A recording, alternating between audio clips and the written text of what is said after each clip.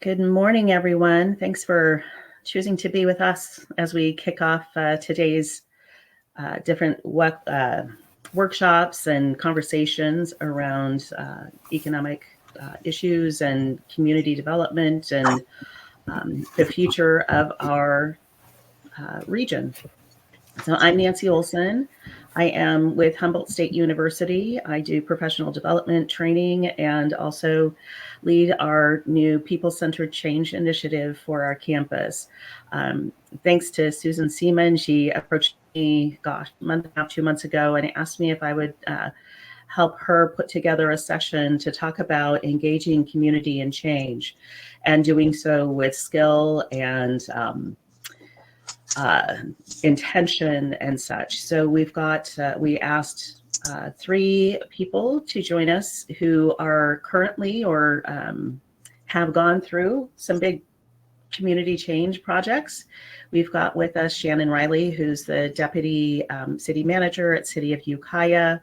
We've got Jenn, who is the provost and vice president of academic affairs at Humboldt State and one of the leads in Humboldt State becoming Polytechnic. And then we've got Lynette Mullen, who is the community liaison and all around kind of community guru for the Nordic Aquafarms project. And she's worked on lots of other community change programs as well. So we are going to do this just to give you a quick overview of how we're going to run this session. We are going to be doing a panel discussion.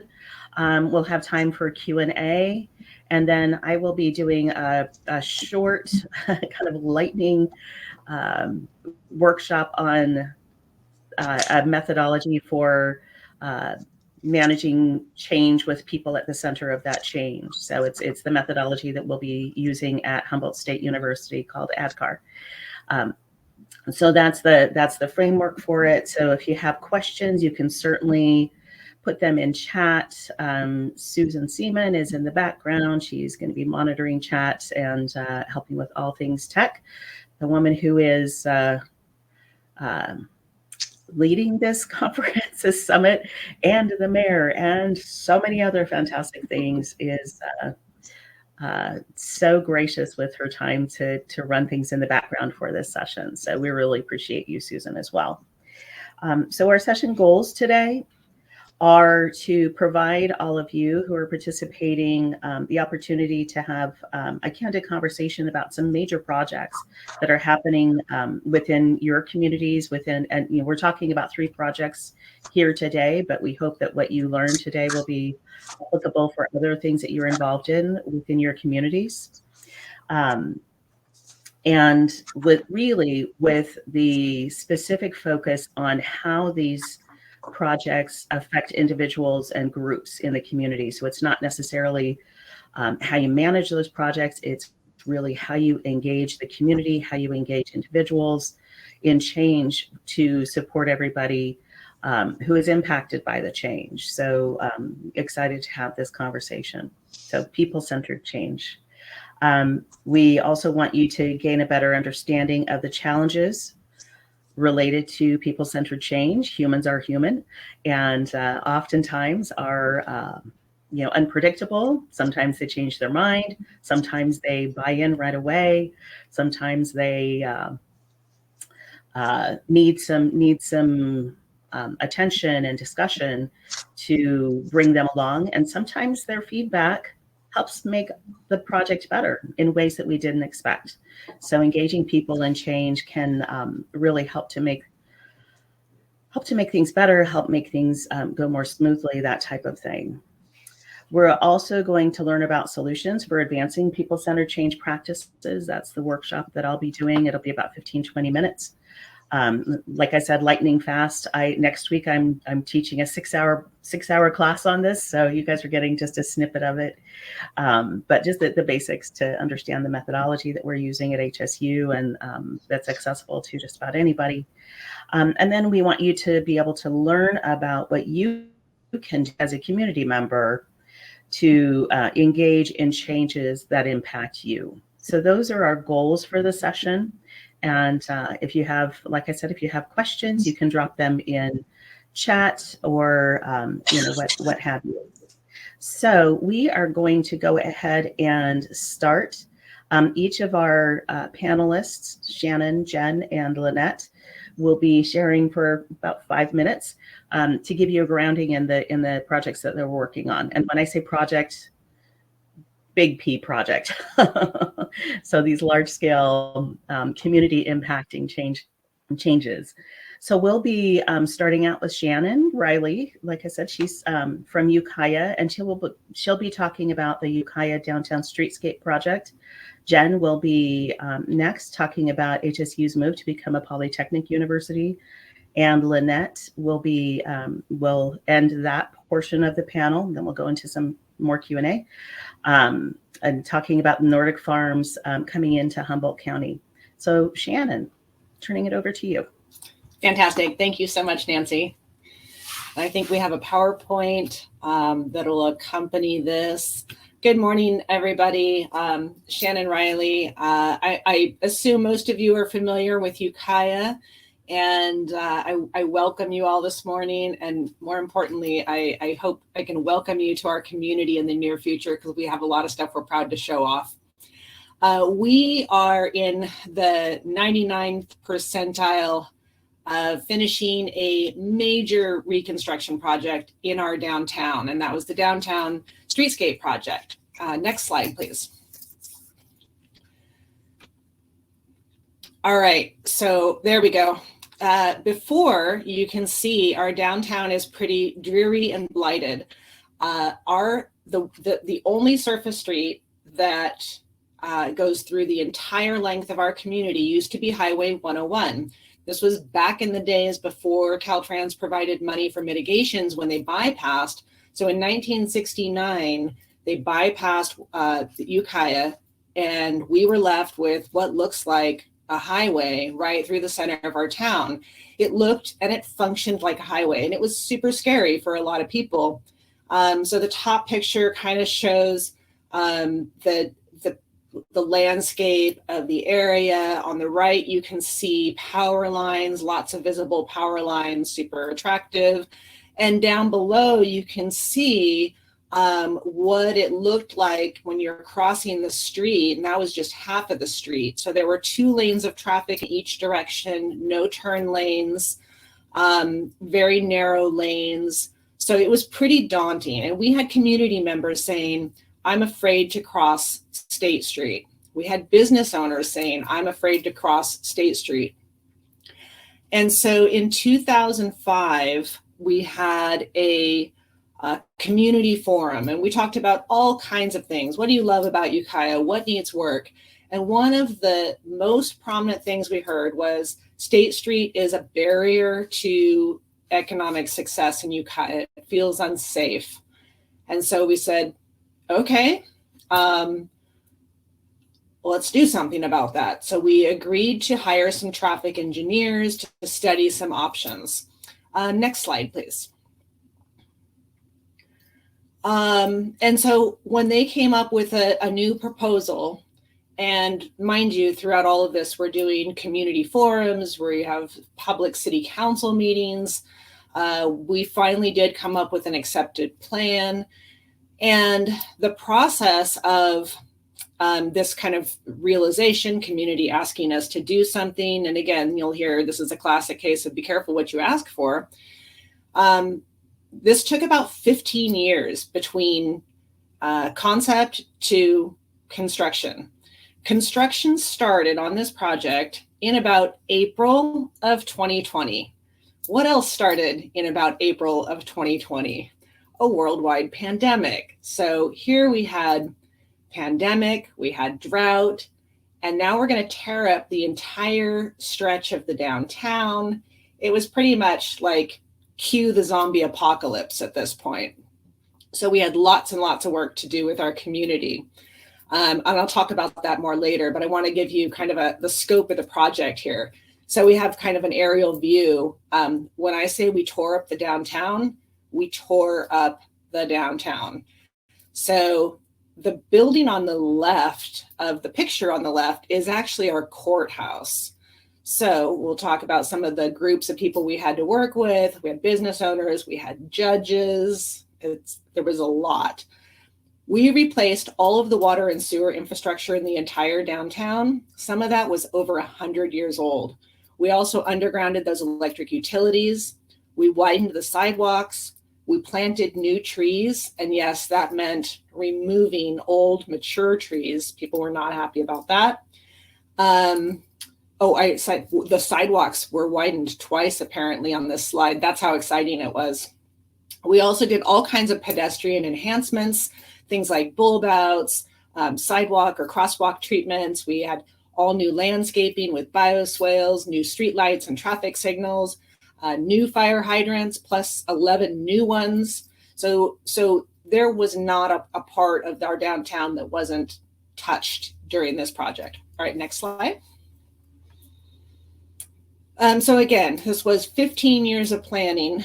It was about 16 months of construction. And part of our outreach, 66 weeks of emailed updates, hand delivering 175 flyers door to door, rain or shine, and tons of other stuff that we'll talk about in a minute. So you can see here, we got new concrete going down in front of businesses. And then on the right, this is what new sewer infrastructure looks like. We had trenches going down the middle of our main street. All right, next. And I apologize, just as I suspected would happen, my neighbor is having tree work done and they literally just started the chipper. So I apologize for any background noise. So long story short, this is what our downtown looks like now. This is the before picture that I showed you in the beginning of the slide is up in the right, and an after picture of that same section of the downtown is down below. You can see the planted areas. Those are actually bioretention facilities, very high-tech plants. And then we've got new sidewalk treatments. We now have a single lane of traffic in either direction with a center turn lane. This was part of the educational process with the community, and I totally get it. It's counterintuitive. How do you go from 4 lanes of traffic to 2 and still move traffic, not just as efficiently, but more efficiently than before? Traffic engineering is magical. I will just say that. And then I think I've got one more slide. All right, so here's our final picture. Our downtown is now thriving, pandemic, construction aside.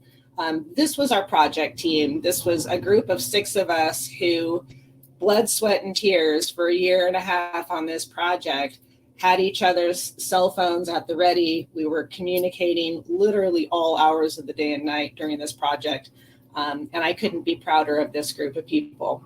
So we are ready to move on to phase 2. We're actually going to extend the project in either direction starting next year.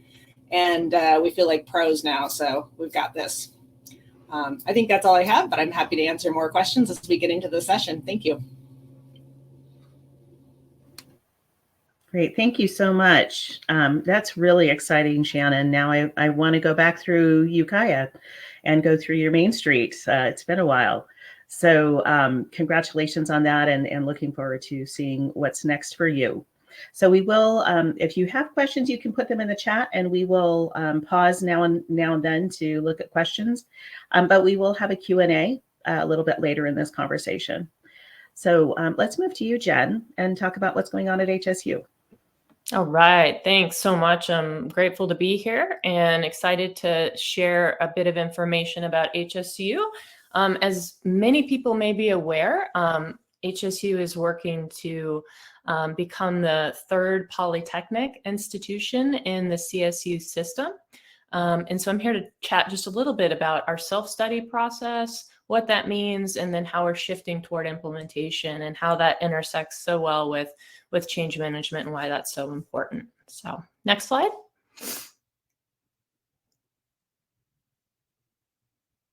Next slide, please.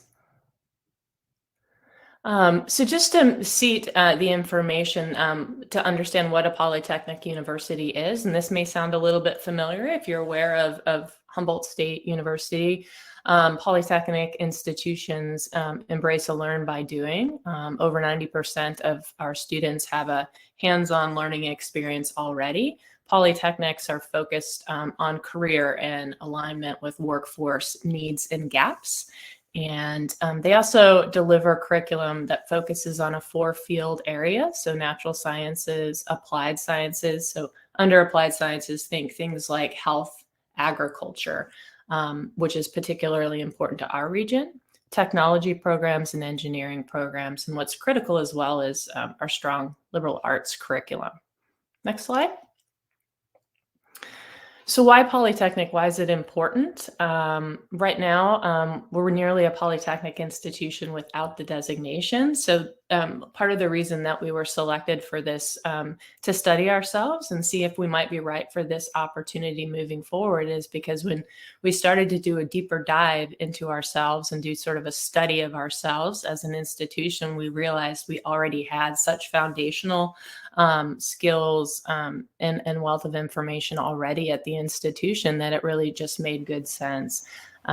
For example, we have the highest percentage of science students out of any CSU school and third number of STEM students. And we're one of the smallest CSU schools. So I wanted to share that. Also broader recognition and prestige. Students immediately know often our prospective students about a polytechnic, what that represents, and there's prestige associated. The biggest and most important thing, and I term it, I'm a sports person, so I term it the triple threat for our institution, is that it allows us to align with where the workforce gaps are and be able to serve our region. In the North Coast, there is no polytechnic institution in the northern part of the state of California. And so it allows us to align with those workforce gaps. It allows us to create access for prospective students where other places their students may be trying to get into these programs and they just can't because they're full. And then it has the fabulous byproduct of stimulating the North Coast economy. Next slide. And so sharing a little bit, so self-study process. And so what we did back in the in the spring of last year was really convene together a number of different working groups to really study ourselves as an institution. And what we were really intentional about doing was engaging alumni, external partners, members of the community, as well as folks that were internal to the institution to make sure that as we were studying ourselves and then what the area and the region needed, that we were maximizing transparency and engagement so that we all had sort of a shared investment in this project moving forward. And so the bulleted items represent the different self-study working groups that we had formed to really talk about and talk through opportunities around academic programming, what our business plan would be, making sure that we don't dismiss, but rather raise up the value of our liberal arts programs, looking at facilities, doubling down on our external partnerships, ensuring our students are successful, and thinking about our name, because with this change is a name change to our institution. Next slide. So throughout this self-study process, what was an amazing thing that happened, and I think it's truly reflective of the fact that we were all really swimming together with our community, with our internal folks, etc., is that we had a series of circumstances where our governor, our chancellor, and our leadership team had this moment where news had started to get out that we were working on this project, and we were asked if we needed any money to support this potential transition. And because we had had such robust planning, such robust engagement across the North Coast and had great planning documents, we were able to, within about 24 hours, submit for funding and were successful in receiving a jaw-dropping $458 million to support this transition, $433 million to support infrastructure, and $25 million to support the ongoing build out of these academic programs. So really, to me, that was just the biggest exclamation point to why engagement over a broad group of folks is really just vital and critical to the success. And $458 million later, here we are. So this is a wonderful thing. So I'll stop there. And that should seat the conversation with respect to the HSU piece, and turn it back over to Nancy to move on to the next piece, but excited to answer questions and talk about change management. Thank you. Great. Thanks so much, Jen. And I love how you framed that you were ready to request funding because you were already engaged with community and had already started building those relationships and the ideas moving forward. So thanks for sharing that. Very germane to our conversation. Now we'll move to Lynette. Lynette is going to be talking to us about Nordic Aquafarms, which is partway through their community engagement and moving forward. But I will let Lynette fill in those gaps because she is the expert. Wonderful. All right. Thanks, Lynette. Yeah. Well, thank you very much for the opportunity today. Good morning, everyone, and happy Friday. As Nancy mentioned, I am the community liaison for Nordic Aquafarms. So in a nutshell, what I like to say is it is my job. It's been my job for almost 3 years now as a contractor to create opportunities for people here in Humboldt County to meet with Nordic representatives, to learn about the project, ask their questions, and have their concerns addressed. But a big part of that really is just educating people about the project and Nordic's plans. And so I thought I'd start with an overview of the project because it really also influences the sort of outreach that we've been doing in the last couple of years. And so if we could go to the first slide, please, Susan. Next slide, sorry. There we are.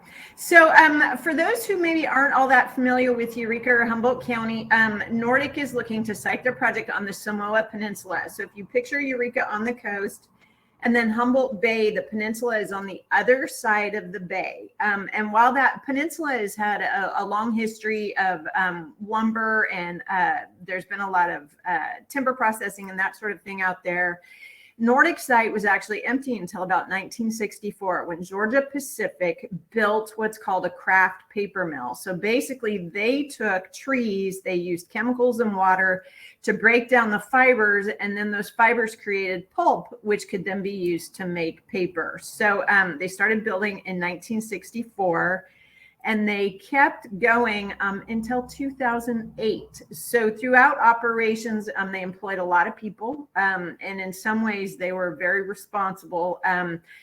But they were plagued with problems. The facility actually, because of the chemical use and other decisions that they made, there was a lot of pollution. There was a lot of environmental concerns. And then the companies, there was a section of companies that ran it. They ended up having financial problems as well. So in 2008, the company closed the facility, ceased operations, and in 2010, they started selective dismantling and decommissioning. So they basically took what was valuable as kind of the easiest way to put it. So next slide. And this was part of what was left. So as I said in the beginning, they used a lot of chemicals, caustic chemicals, to break down the wood fibers.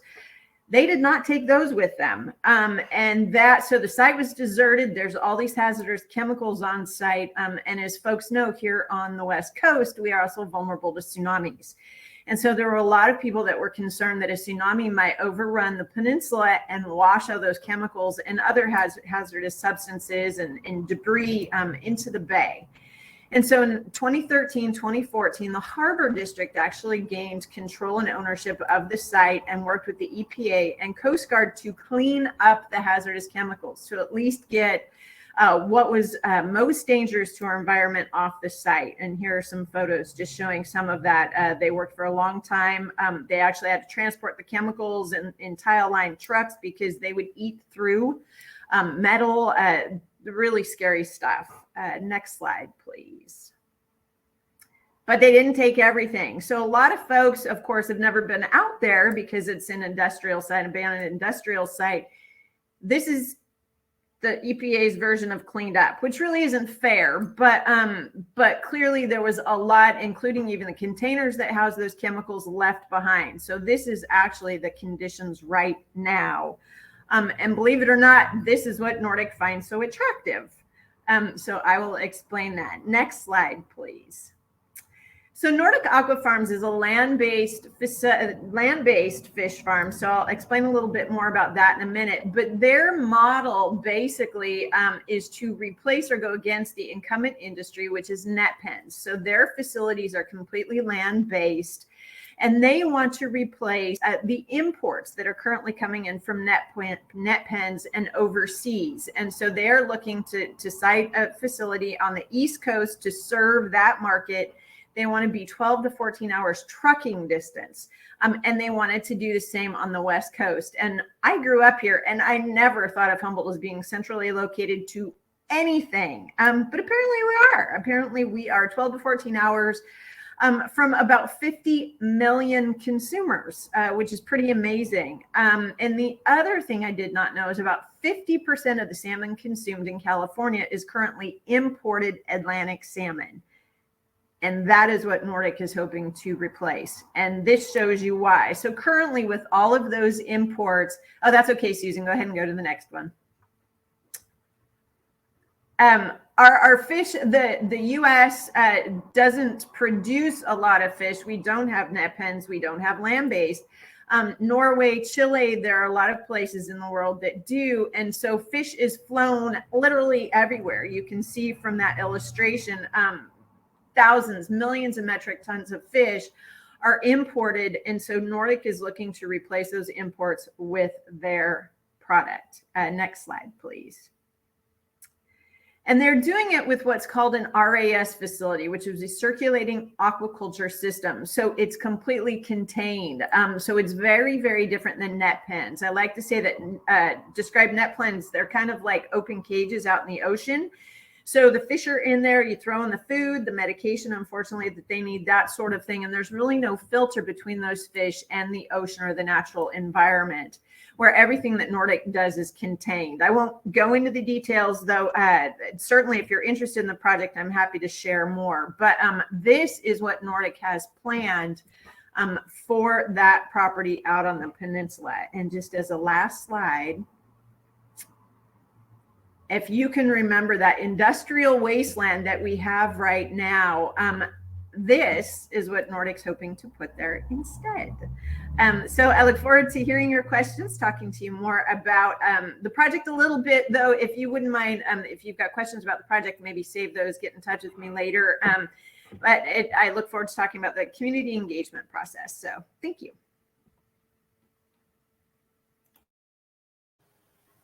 Great. Thanks so much, Lynette. Sorry. It's such an interesting project and exciting to see some of our land that has been neglected and abandoned, essentially, hopefully repurposed to something that's productive and helps support our local economy. There is a quick question for you in the chat.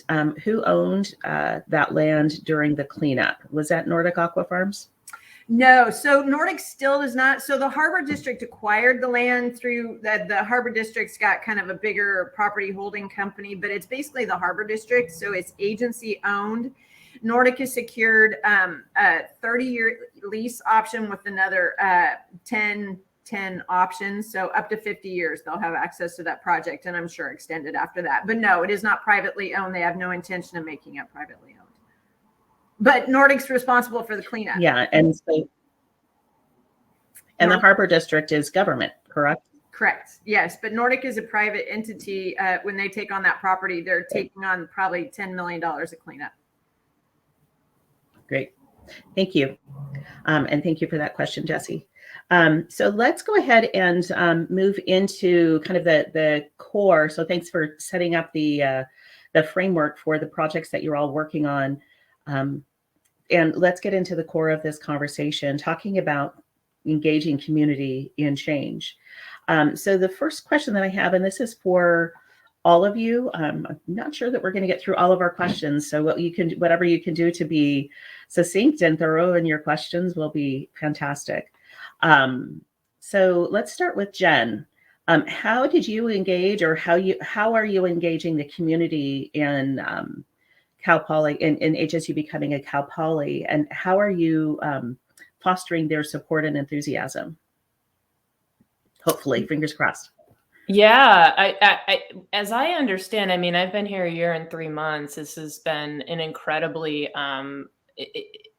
unifying experience for the community, and then the different communities. But really what we've been doing, going back to the self-study working groups, and then as we shift toward implementation, which is also has a working group structure, is really inviting in, trying to really break down any barriers that might exist sometimes with higher education and community, and really inviting in folks into the working groups and being responsive to what needs, desires, and wants are. I think ideally with our Polytechnic focus, really what Polytechnic is, as I mentioned, is about aligning with the community and aligning with the workforce anyway. And so we are really working in lockstep together, I think, with respect to what the build out is and aligning with those needs. And so I give an example. I've been working a lot with healthcare, with agriculture, and breaking that down further into working with dairy folks, to really meeting them where they're at. The other piece I would say is just being incredibly accessible. I think I've literally done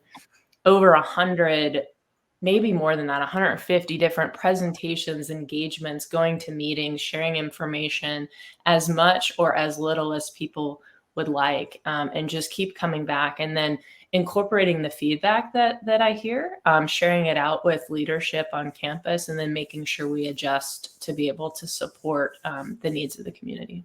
So that's what I'd say. Great. Same question to Lynette. How are you engaging the community in change to foster their support and enthusiasm for the Nordic Aquafarms project? It's kind of interesting. I have not seen my role as convincing the community that this project is a good idea. I did not see my role. I'm not an advocate for the project. At least that's not my professional role. It's just to give people the opportunity to better understand the project, to meet the Nordic folks, and feel comfortable having their concerns addressed. So the biggest thing that I have done is really try to connect the community to the Nordic team. Our area in particular has a pretty deep distrust of corporations, and especially you throw in international corporation coming in here. And so it's really been about helping people understand that these are people. These are people with values and goals, and they really do want to do the right thing. And as relationships are formed, I think that's really gone a long way, that it's not Nordic, it's Marianne, and it's the other Nordic team members really trying to do what they can. And the fact that they're as accessible as humanly possible, I think has also helped. Great. I love that. Relationships, making it personal, helping people connect with real humans. Great. So Shannon, how about you? How did you engage the community in your change and garner their support and ongoing for phase 2? You mentioned going door to door, sharing flyers, things like that. Tell us a little bit more about that. Sure. At the core of this project, it was a construction project, which is typically managed by our Public Works Department. And they are fantastic folks. They are experts at what they do, but what they do is not community engagement. And they tend to come to a project with the mentality of, well, you want your water fixed? I'll fix it, but it's going to require some noise and some mess, right? So this was really a group effort, and they, 2 of us from the city manager's office were embedded in the Public Works Department in the construction meetings, which we had every single week. And we joked about it a lot. We said, well, now the meetings take twice as long because Shannon has questions because she doesn't understand what a Vector truck does. But I had to understand what a Vector truck was in order to be able to explain the noise to the community. And so we were all in lockstep on this, but it did take some extra time. We were super grateful that the construction teams and our public works crews were open to this. As I said, this went on for nearly 15 years, which if anything was too long. We had to keep re-educating the community about the project. And we had all kinds of public forums and city council meetings. And honestly, you can have 1 million of those and 75% of the community is still going to say, I never heard anything about it, because people don't go to meetings. A lot of people don't go to meetings. So we went to the people. So we did everything from direct mail piece in English and Spanish to every single property owner and business owner in the project area with a postage paid return postcard. How should we contact you? How can we keep you informed? We kept all of that information in a database. You have a language barrier and you don't use email? Okay, we'll come to you. We worked with the Main Street program, we worked with the chamber, we worked with our economic development organization so that everybody knew about the project. I spoke to Rotary clubs, I spoke to high school students.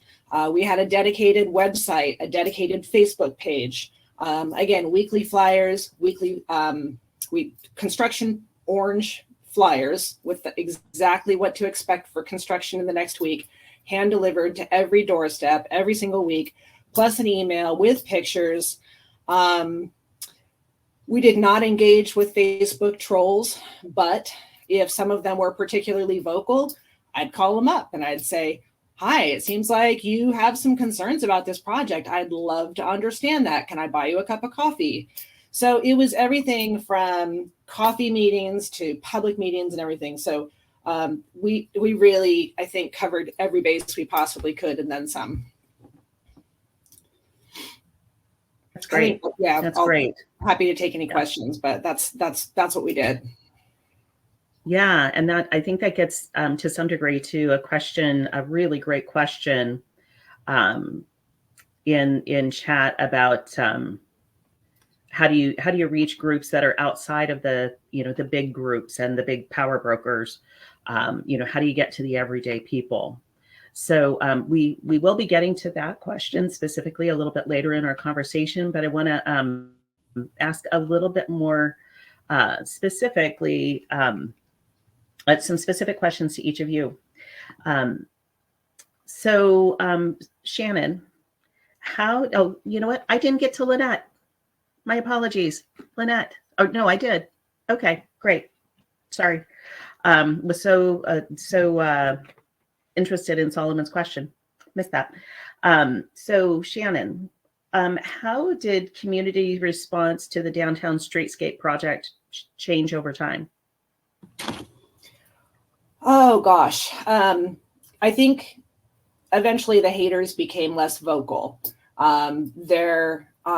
Just one by one, we chipped away at their arguments. And again, I didn't necessarily engage with the Facebook trolls, but if I saw a lot of momentum gaining around like, oh my God, you cut down all the mature trees, then I would include that in my next email and flyer and Facebook post. Like, here's some information about the tree process. And, the sidewalks are wider. If we left the original trees there, they'd be in the middle of the sidewalk. And also the species that had been chosen before was not conducive to sewer lines and water lines. They disrupt the sidewalks. So, I would say, okay, I can see that there's some mass gathering over here and I'm going to address it over here. And so that kind of stuff helped. And, ultimately, like I said, traffic engineering is often counterintuitive.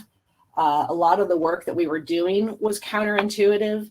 And so we just had to keep saying, please have faith. These are the same engineers who did this project over here. And remember, nobody said that project would work, but it works beautifully now. We're testing it and it's working. And full disclosure, it helps that I was a downtown business owner. I literally own a business that was on a street that was closed for weeks at a time, that had the sidewalks ripped up, that had, deafening noise going on outside. So I could honestly say, I'm living this with you and we're going to be okay. But it just took a lot of really honest conversations and we owned it. If something like, wow, last week was a cluster. We said this was going to happen. And then we found this underground storage tank and holy cow. So we're sorry about that. We just were honest and we owned it. Great. Thank you, Shannon. That's it looks like you didn't get sucked into some of the dialogue, but you responded to it in a way that was particularly helpful to keep the project moving forward. So Lynette, specific question for you. What is imperative for Nordic Aquafarms to do to foster community buy-in and enthusiasm for your presence in Humboldt? So yeah, and specifically, with individuals who may be struggling with it, or community groups, things like that. Well, the biggest challenge that we found over time really is either misinformation, incomplete information, or a lack of information altogether about the project. A lot of people hear fish farms and they automatically think of the net pens that I mentioned earlier, which had horrible environmental impacts. I mean, it's and for people that make that association, they are right to be concerned. People that worry that Nordic will not be a responsible neighbor because of the history here, they have a right to be concerned. But the thing is, without really understanding the project, they are not able to at least look at it objectively. So the biggest challenge that we've had really is getting people accurate and complete information, so they don't just hear something from their neighbor Joe and believe that Nordic's going to be discharging pollution into the bay, which we still hear. I've been doing this for 3 years.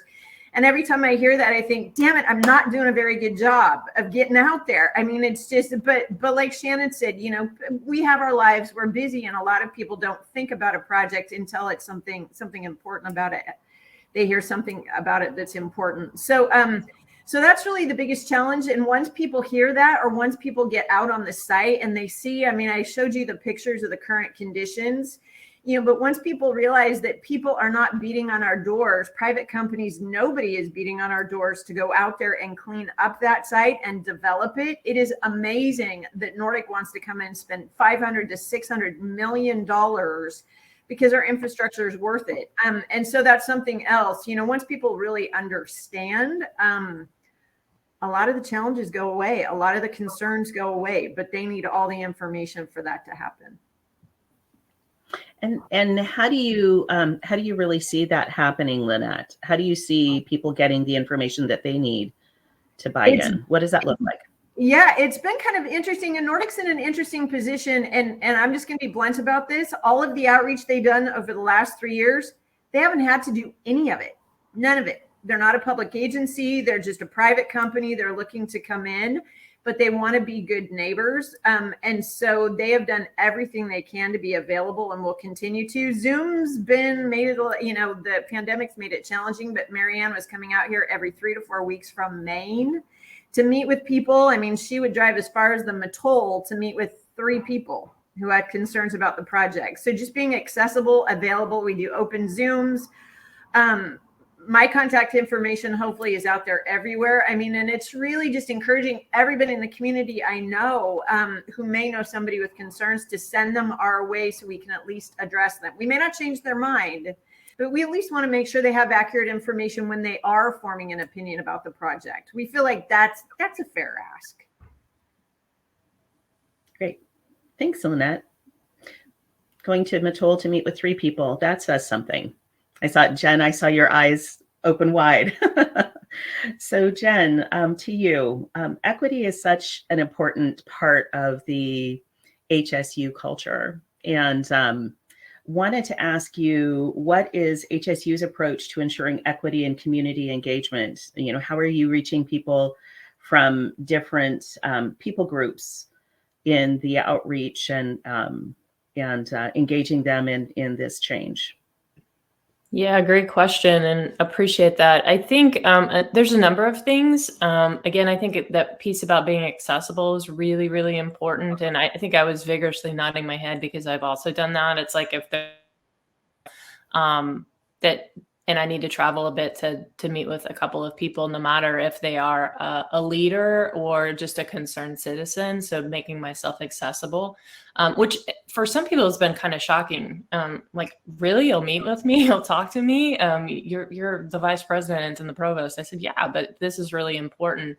I think it's also recognition that each kind of city and community is different and has different needs. It's a lot of kind of small town with different needs, wants, and desires. I think that's super important, that recognition and paying attention and not treating collectively sort of Humboldt County as is the same.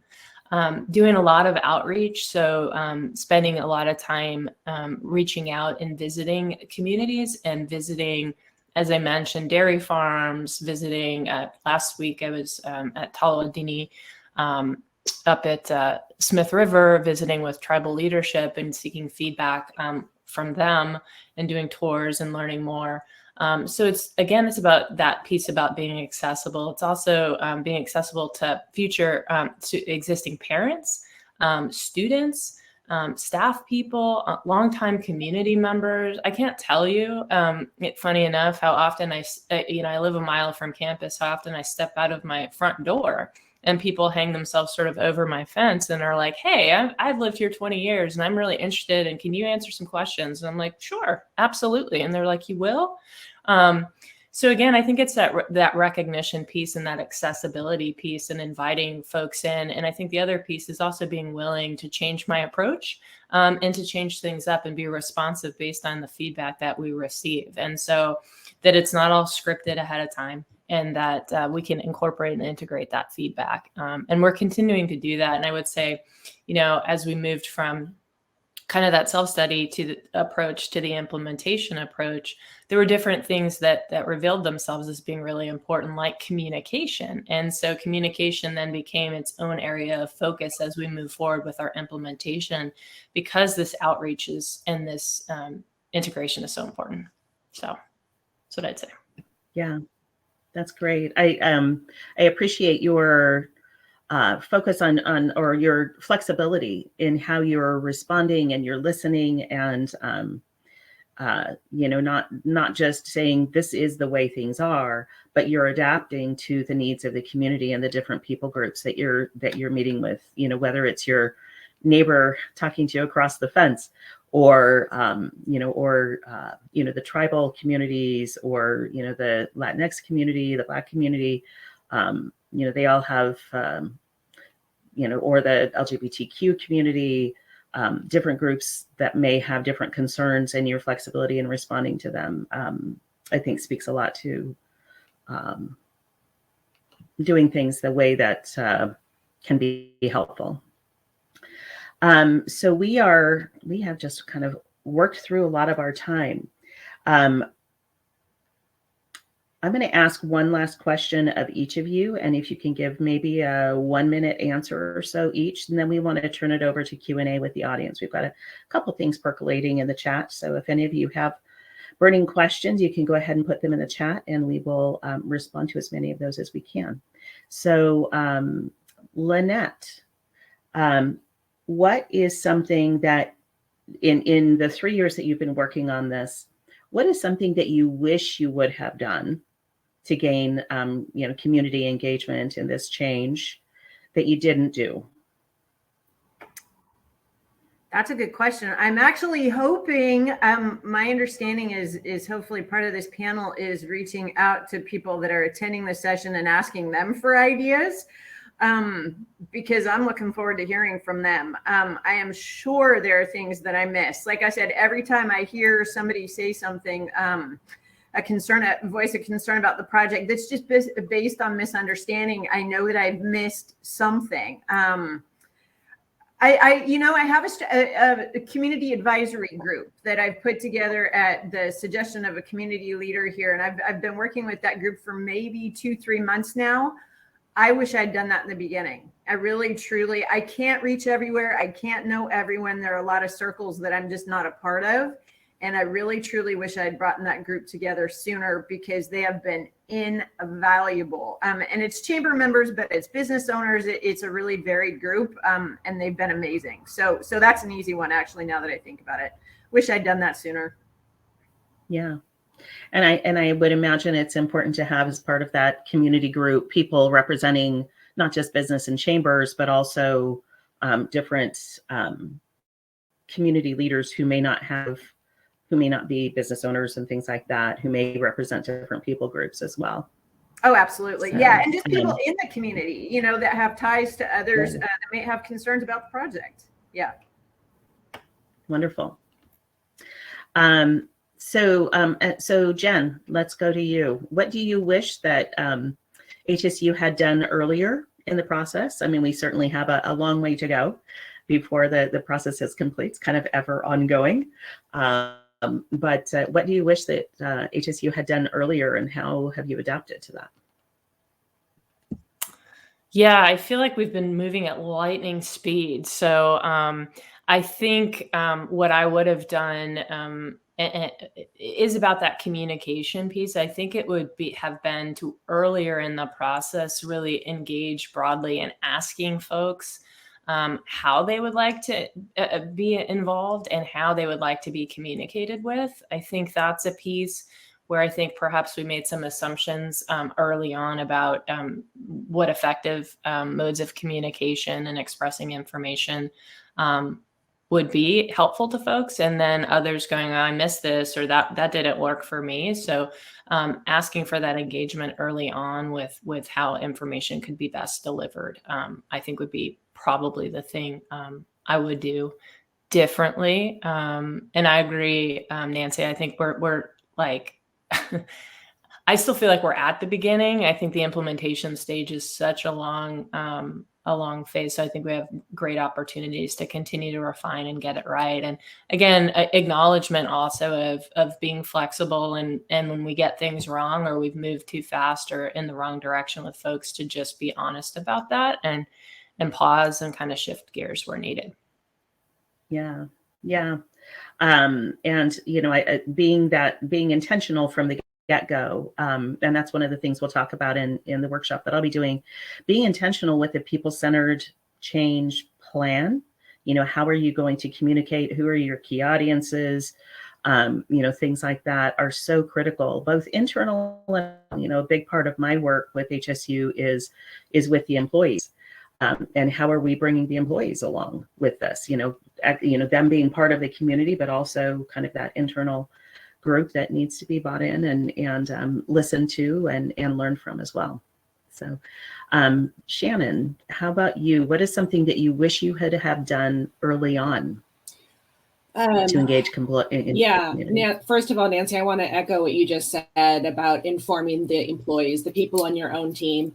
And that was something we did from the beginning. Is we have about 200 employees. They were included on every email, everything, because those are potential ambassadors. And, every city employee gets stopped in the grocery store. Like, can you believe what they're doing to State Street? And they had the information. I've thought a lot about this question. And I even asked some of our other team members, because I am the first person to be critical and reflect and say, wow, we should have done things differently. I'm so proud of our team on this project. And I really feel like we just lived it for a year and a half. And like I said, it was all consuming. And I don't think there were a lot of misses. We covered a lot of ground. There were definitely times where we projected that certain construction activities would happen the next week, and construction is messy and unpredictable and different things happened. And so that was an instance where we could have lost the community's trust. Like, you said my street was going to be open and now it's closed. But as soon as we saw things were changing, in our favorite buzzword of 2020, we pivoted. We went directly to those businesses or those property owners. We said, listen, stuff happened. And what we learned is just that as long as people felt like they were being communicated with, they were very understanding. And so I'm super grateful to our team and our community for their engagement in this project. Yeah, fantastic. Some really great points. Thank you, Shannon. Some really great points in the chat. If you're not following the chat, I think that there are some good good points. Mary Ann says, it is extremely hard for governmental departments to include individuals who are not in their department in their planning. Shannon's approach of being embedded in the Public Works Department enabled her to advocate on their behalf. Such a positive, but not always seen. Sometimes those changes are siloed within a company or an institution, and not necessarily communicated out as they could be even within the institution. Looking to see if we have any questions that have not been answered in the chat. There were some questions about getting a streetscape in their community when you may not have local staff to engage the community. Jessica had some questions about. Let's look at that specifically. So I guess this is for you, Shannon. How might a community streetscape project with no local staff engage the community? Yeah, that's a tough one. And I've offered my email to Jessica. I'd love to talk about that one-on-one. Jessica's project is in Covelo, it sounds like. You're part of the unincorporated county. I would lean on the county. They need to help you with this project. But also you have to have some community partners. And I'm not sure what there is out there in Covelo, but we engaged the Chamber in the Main Street program. We had a walk and bike, kind of an environmentalist group. They actually help us deliver flyers sometimes. They were out there advocating for the project. So you've got to find your partners and use them. And even if you can just give them a gift card or a nice thank you note or something, like be their best friend and reward them for their efforts. But yeah, I'm happy to talk more about that project one-on-one, but find your partners, because this engagement is so critical to the success of the project. Great. Thanks, Shannon. And if I miss any questions, one thing that we'd invite you to do, if you'd like to, we have space for 20 people to share their video and audio. So if you have a question you'd like to ask, you can request to be given audio and visual access.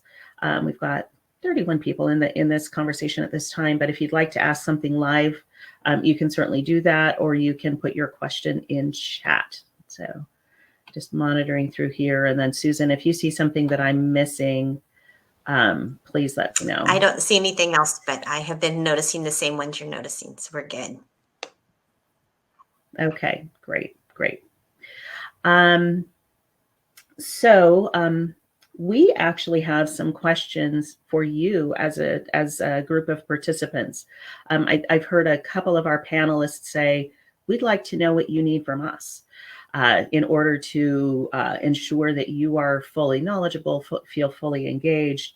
There was a question earlier about how do you make sure that it's not just the big entities get communicated with and connected to.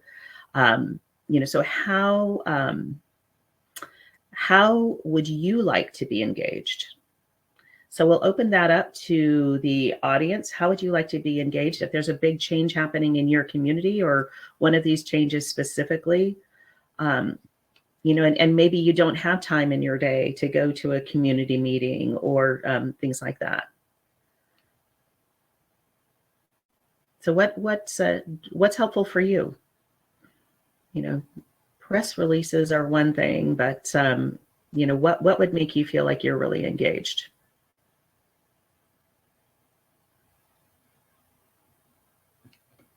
I see Jesse wanted to come on, so hi. I'll let Jesse come in and oops. Can you hear There me? we go. So Jesse, what's your question, or what's your advice? Hi, I just want to make sure you can hear me. Can you hear me? Yeah, okay, cool. I would say, like Jessica touched on it, here in Covelo, there's not a lot of times projects happen separate from each other, and there isn't some local government to make announcements for us. And I really think those personal one-on-one phone calls and here in a small rural place like Covelo really help, and just knowing your community. I recently started movement on a project, and then I realized that Jessica's already working on something like that, but there's no place for it. I use Facebook a lot, but not everybody uses Facebook. So I don't really have the answer, but I would say just finding a way to thread together the different organizations that are doing things, especially in these rural communities, because it is frustrating when something is happening and somebody else is already doing something similar and there isn't communication. And how are we going to know? I didn't know, she didn't know. And thankfully, in this case, there were people sharing, hey, I think that this person might be doing that, but maybe more just like, I really liked a lot of your ideas, Shannon. I wrote them down. I think just reaching people in all the ways that they like to be reached. So I'm planning on using some of the things that you shared here when I do projects, putting it out there, not just on Facebook, but maybe sending some flyers out. I like that. Thank you. Yeah, absolutely. Thanks, Jessie, for the input. Want to acknowledge a couple of things that are shared in chat as well. Jessica said, I would like to attend community meetings where I can share my ideas, feel truly heard, and not just another person. I would imagine not just another person given that 3 minutes to share, and see my work show up on their maps at future meetings. So I would really like that, because that reminds me of something I try to tell people a lot. If you're going to particularly a government meeting, a city council meeting, county supervisor, you get your opportunity to speak, but because of Brown Act, there's not really a conversation. So if you come with questions, it's really frustrating, I'm sure, for community members to feel like I'm going to go to my council and get an answer, and then we'll just say, thank you very much. And then you're sort of left going, what the heck happened? So remember, you can always reach out to your city staff as well as your city government leaders, and then you can have a conversation, which I feel is much more productive. And then when you have an opinion and you're like, okay, I know what I want to say, you can come and make your public statement so that it's in the record. But if you really want to talk and have conversations, reach out to your individual community leaders. That's it. Yeah, great. Thanks so much. That's great guidance, Susan. Anybody want to share live? If not, I will go ahead and read a couple of other things that are in chat. I will, Nancy, can I just mention one experience that I had with Nordic? Absolutely. That was kind of interesting. Absolutely. So we worked early on to identify folks that might have concerns about the project. And of course, environmental groups were at the top of the list. And so we were communicating with them early, often, that sort of thing. And it got to the point where I would reach out to them and ask if they had questions or wanted to meet. They'd be like, no, we're good. We don't have any concerns right now. We're good. And the president of so I explained this to the president of the company, and he actually got as angry as I've seen him, and angry is an exaggeration. But he said, we don't just want to talk to them when they've got problems. We want their ideas. We want their input as this project goes along. If they've got ideas that we haven't thought of yet, we want to get them. So it was a very different approach of just targeting opponents and trying to deal with that opposition or that anger. He was really and truly soliciting community input. So I got very lucky as a private sector client that was the approach that they had. It was pretty amazing. Yeah. Great. Thank you, Lynette. I want to acknowledge what Jessie shared. Community conversations are always good. Acknowledging that HSU and Nordic are doing some good work about involving community. The problem is how to involve more people. And sometimes, despite your best efforts, I would imagine, Shannon, you've run into this, you've gone door to door, you've done all of these different things, which is, seems like it's pretty darn good, engaging community and informing community. But is it ever enough? So how can you get the word out to everyone who might have a voice that needs to be heard? And Jessie acknowledges that they don't know what the answer is. Yeah, I'll say, the internet is a blessing and a curse. And so we did all this outreach in our community, but, there's people on Facebook who lived here 30 years ago and seem to have very strong opinions about this. And so, it is, and I'll say this from a business owner's perspective too. I've been in business for 17 years now, and I still have local people walk into my business and say, I didn't know you were here. You must not advertise. Well, I've done it all. So it is really hard, and that's something you're just going to have to accept. But it's really important to have a place where people can catch up. You know, one of Jesse's questions was like, this project went on for years. So we had a website where you could access all of the historical data, all of the meetings, all of the plans, all of the specifications, everything.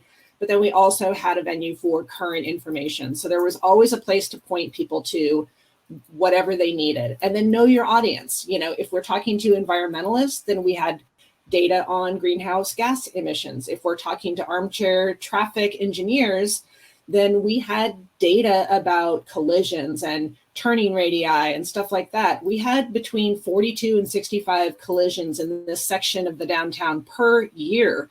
That's unacceptable. So you have to, you have to know what resonates with people. And I will say, one of the things we learned early on is we thought, well, people will understand the beautification aspect. And man, did that not resonate with some people. They didn't care that we were going to be beautiful. They didn't want to be turned into another Healdsburg, and that's a whole different story. So we had to pivot and say, okay, we've got sewer infrastructure that's 100 years old. We've got weeds growing through our pavement. We have to fix these things. So yeah, it's having the information, being willing to pivot on a moment's notice, and making sure that all of that historic and current information is totally accessible. Yep, absolutely. Great. And I love pivot, being flexible, things like that. Want to acknowledge just a couple of other thoughts that are here in the chat from Solomon. His response to the question that we put out there, how can we engage community and change? Actual decision-making power reseated with the stakeholders, citizens, without oversized emphasis on those in power who have enclosed land and resources, such as corporations and entrenched political power, is what they are looking for in how major projects that affect the community are planned and implemented. So how do, as I understand this, Solomon, is that you're interested in knowing how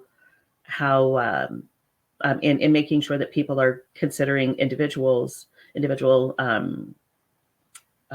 residents, things like that, just as much as they are considering, or even more, some entities like corporations and government. Is that hopefully I restated that correctly. Hi. So, yeah, please. Hey, I live in Humboldt County in Eureka, and not necessarily, things are changing, getting better, improving, and but we know that there are some folks who have some outsized power in our communities, whether it's in Ukiah or in Eureka, that folks who have families who've been there a long time, businesses have been really successful, and they kind of make decisions about how things go, and they know how to work the whole system and make it work out. And so when you're asking, what do you want in this type of situation? It's like, how do we manufacture or create the environments in which normal folks have the same amount of emphasis and influence in the system and structure? And so community-based budgeting for me is like kind of the starting point as far as like in our local government, how we can do that.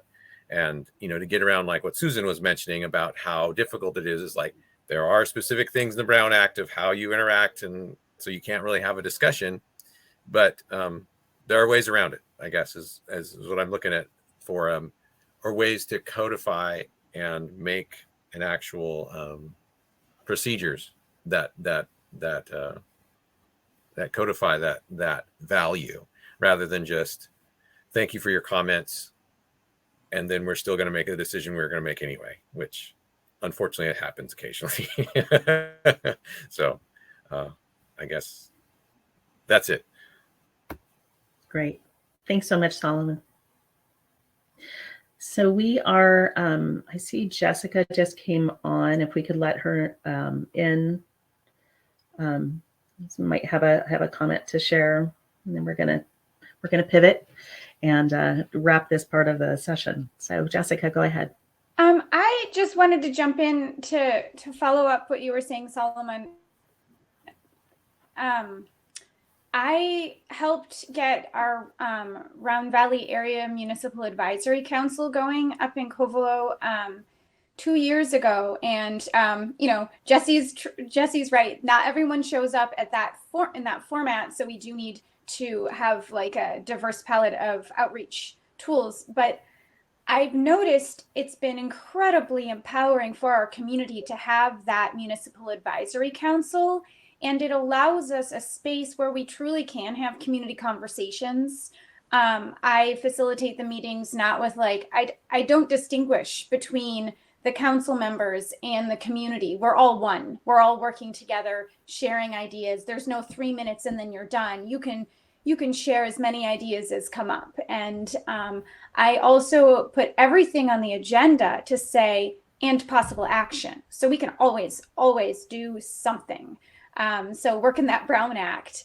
And for those things that do come up during public comment that aren't on the agenda, then we put it on a future agenda. But that's rare because I also ask our whole email list, what do you want to talk about this month? And they send me ideas. Our community builds our agenda. It's not just me and my ideas. And I know it's not a full solution. We had a situation just recently where it showed our limits because we were trying to advocate for, not allowing this certain legislation, this certain ordinance to be developed that our entire small rural community was against. And the Board of Supervisors still voted for it anyway. But what I did notice is it has given us a lot more power. And it's this place where a smaller conversation can happen. And I would really love to see more MACs grow and develop and influence. And I would like to see the local government agencies, maybe in cities, it's at a neighborhood level.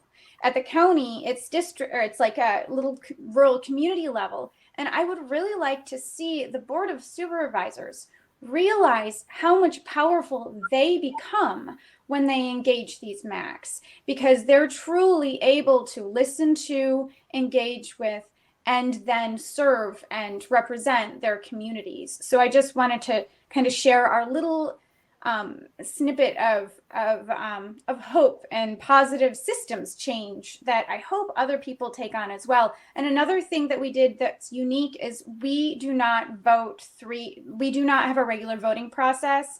We do everything by consensus, and I can share you the rules if you want, so that we really truly are representing everyone. And if we can't get to consensus, we make sure that all views are shared at the end of our vote.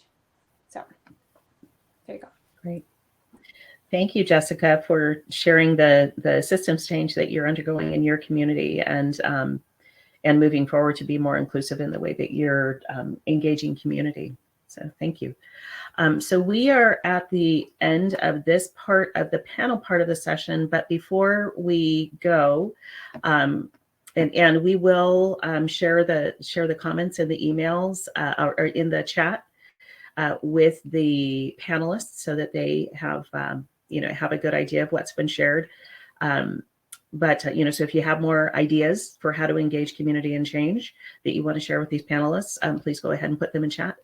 But as we wrap this up, just in 30 seconds, for each of you, share how the people in this session can engage with you in the work that you're doing. So let's start with Jenn. Yeah, thanks everybody for your comments. And I would say reach out. Feel free to express your interest in joining a working group, or just if that's not something you have an opportunity or interest in doing, shoot an email over, provide feedback, invite me or somebody from HSU to come to your group, your community to share out information. That's what I'd say. And I would mention I've learned a lot from the folks who've attended today, and we'll incorporate your feedback into what we're doing. So thank you. Great. Thanks so much, Jenn. Lynette.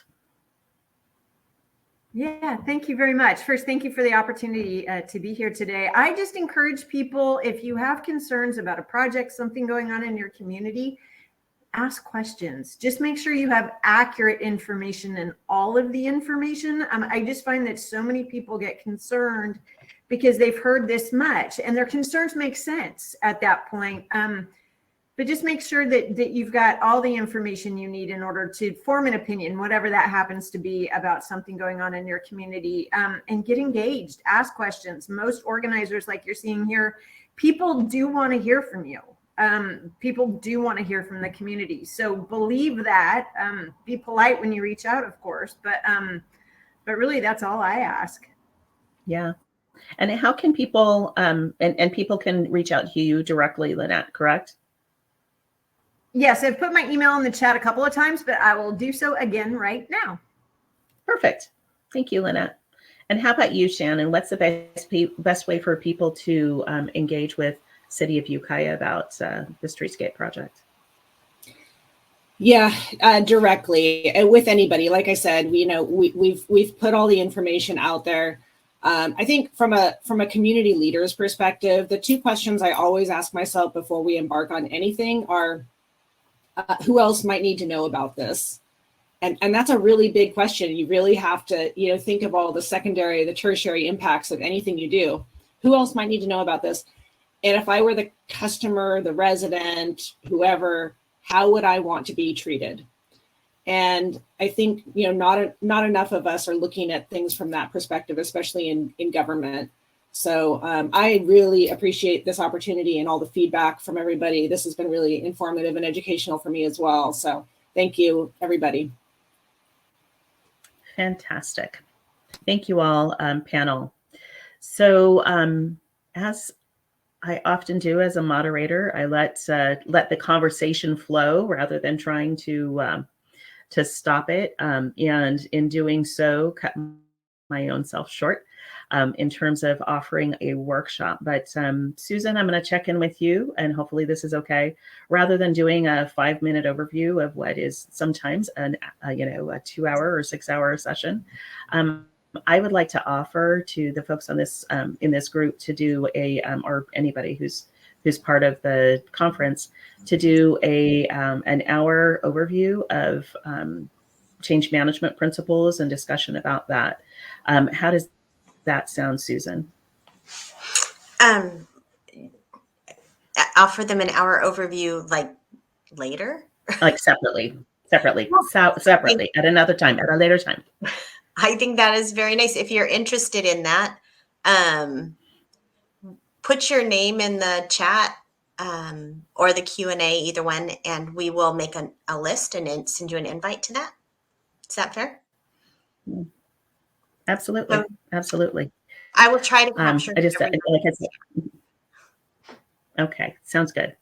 And if the chat is sent to me, I can reach out to folks too, so we can talk about that offline. Sorry to shift in the middle of this. But yeah, and just basically the change management workshop that I had hoped to do is really how to engage people in change, and it's applicable both on small scale and large scale. It really focuses in on communicating, listening, making sure people understand what's in it for them, which is a lot of what these panelists have been doing and continue to do within their communities on their projects that they're working on. So I'm excited to share this. Actually gives us a little bit more time, and we will reach out to you and let you know when we will be offering that.